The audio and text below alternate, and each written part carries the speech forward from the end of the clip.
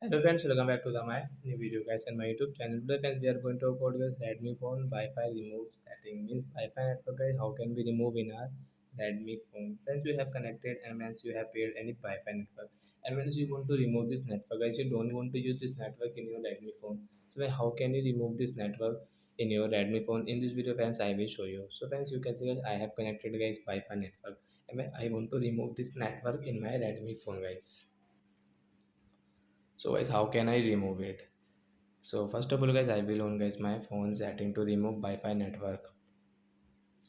Then guys scroll it friends, you can see guys your phone Wi-Fi setting guys, tap here.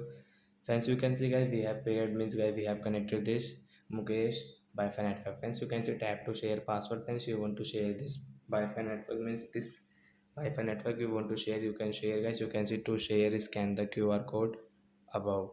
Friends you can see right side this option guys, tap here. Friends scroll.